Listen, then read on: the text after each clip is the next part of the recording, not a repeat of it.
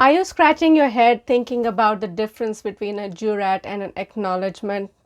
I felt exactly the same way when I was a new notary signing agent. Well, in today's video, I'm going to show you the difference between a jurat and an acknowledgement. Most loan signings will include these two kinds of notarizations, and you should know the difference between these two. Also, when you are performing general notary work, it's helpful to know the difference between an acknowledgement and a jurat, because sometimes people will come to you with a form and they don't know what kind of notarization they need. Now, you're not allowed to pick the kind of notarization for them, but you should be able to explain the difference between the two. That way they can make that choice. So an acknowledgement is something where a signer acknowledges to you that they signed the document voluntarily. Your job is to verify their identity and make sure that they are who they say they are. In the case of an acknowledgement, they do not have to sign this form in front of you, but they do have to acknowledge that they did voluntarily sign this form.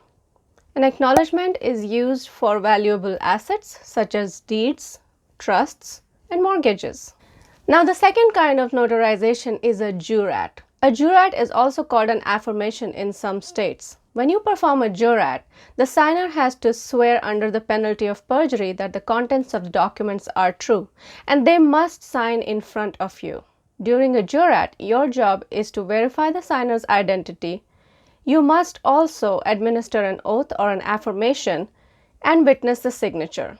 Jurats are used for legal documents such as affidavits or depositions. I know it can get confusing to know the difference between an acknowledgement and jurat, but here's how to tell the difference. If you see the words sworn and subscribed in front of me in the notarial wording, that's a jurat. Another way to remember the difference is I kind of think of a jurat like a judge or a jury, and then I think that that should be a process where someone needs to be sworn in. So there you go.